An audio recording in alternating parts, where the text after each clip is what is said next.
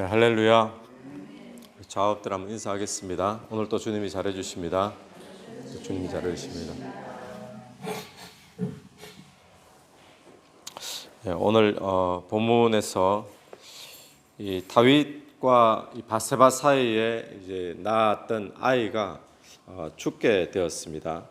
근데 우리가 한번 생각해 볼 것은 어제 본문에 보면 다윗이 하나님께 범죄했나이다 스스로 고백했을 때 나단 선지자가 당신의 죄가 사하여졌나이다 이렇게 말했잖아요. 죄가 사하여졌는데 하지만 아이는 죽으리이다. 그래서 이 아이가 죽게 됩니다. 그러니까 우리가 한번 이런 생각이 질문이 생기죠. 회개했는데 하나님이 왜 또 징계하시나. 회개했는데 다윗의 회개를 주님께서 다윗의 죄를 회개하니까 용서해 주셨잖아요. 그랬는데 또 용서는 용서고 또 아기가 죽는 것은 또 아기가 죽었다라는 겁니다.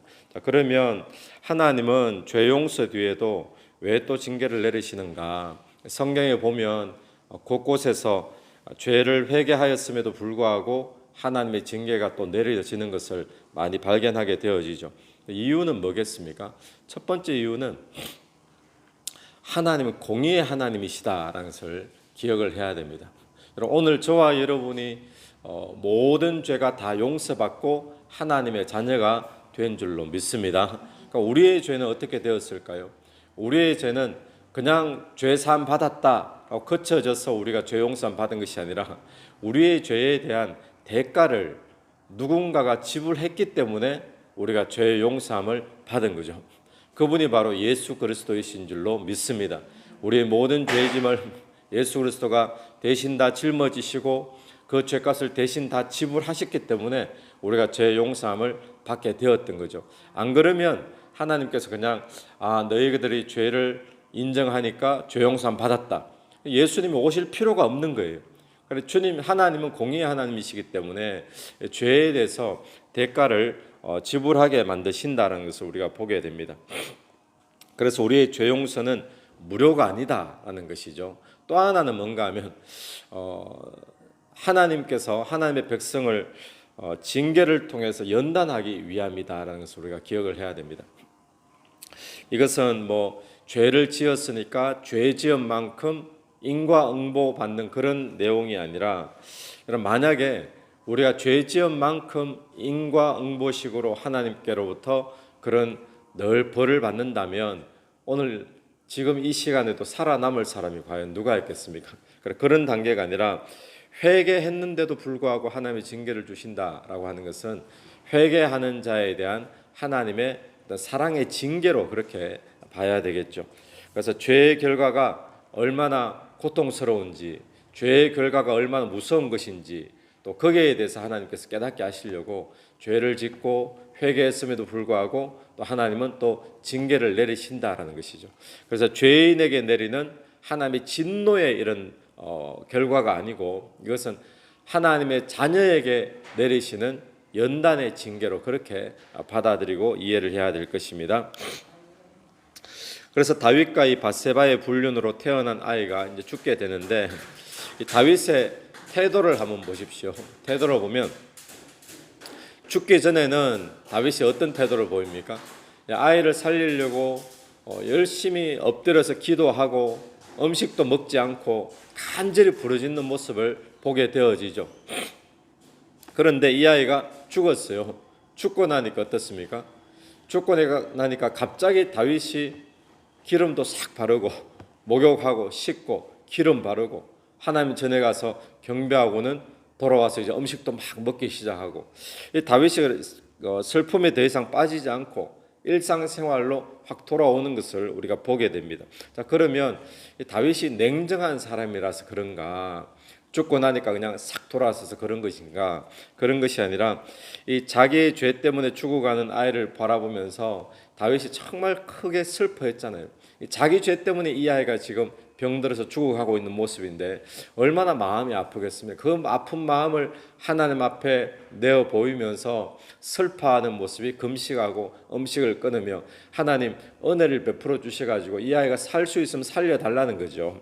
그런데 아이가 죽은 뒤에는 왜 이렇게 바뀌었는가 하면 생사를 주관하시는 하나님의 절대적인 주권을 다윗이 인정하는 겁니다.